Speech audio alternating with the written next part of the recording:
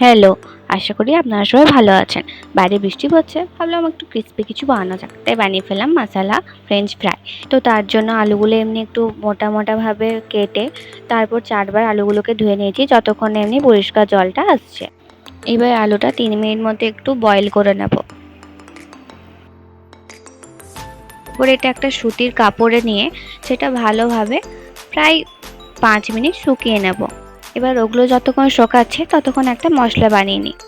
তার জন্য এখানে প্রথমে চিলি ফ্লেক্স নিয়ে নিয়েছি, তারপরে নুন, তারপরে চাট মশলা, তারপর লঙ্কা গুঁড়ো। চিলি ফ্লেক্সটা একটু শুকনো লঙ্কাগুলোকে ভেজে সেটাকে মিক্সিতে পেস্ট করে নিলেই হয়ে যায়। তো তারপরে আলুগুলো শুকিয়ে গেলে সেখানে ময়দা কর্নফ্লাওয়ার দিয়ে ওটাকে ভালোভাবে মাখিয়ে নেব। এবার কড়াইয়ে তেল নিয়ে আলুগুলো একে একে ভেজে নেব। তারপর এগুলো লাল লাল করে একদম ভাজা হয়ে গেলে সেগুলো বানানো মশলাটা এর উপর ছড়িয়ে দিলে হয়ে যাবে। আপনারা যদি আমার চ্যানেলে নতুন হয়ে থাকেন তাহলে প্লিজ সাবস্ক্রাইব করে দেবেন আরও টেস্টি টেস্টি খাবার রেসিপি পাওয়ার জন্য।